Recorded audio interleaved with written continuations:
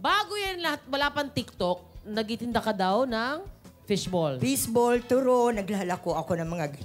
Talaga? Oo. Nito na yun, o noong Hindi ko nung saan mga ako kabataan mo? kasi bata talaga ako, masipag na talaga ako. Kahit construction ginagawa ko. Tama yan, Kasi tama may mga anak din ako eh, kahit ganito. Ayun na, wow. Oo naman, 5 ang anak ko. 5. Yes. Malalaki na rin.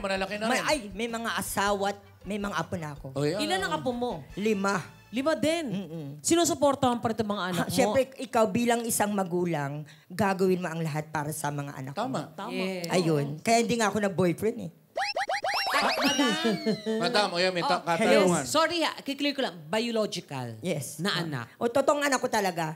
Nakapag-asawa ko, ang mga magulang ko, siyempre, nirerespeto ko. Sinunod ko sila. Kahit bading talaga ako, ginawa ko parang naglalaki-lakihan na lang ako. Parang, Teka lang, nagkaroon ka ng mga 5 anak Oo. dahil gusto mo lang i-please yung nanay mo. Naglalaki-lakihan ka. Pero nakalima ka, ha? hindi, ginawa ko rin talaga para sa sarili ko. Hindi. Question, Arman, question.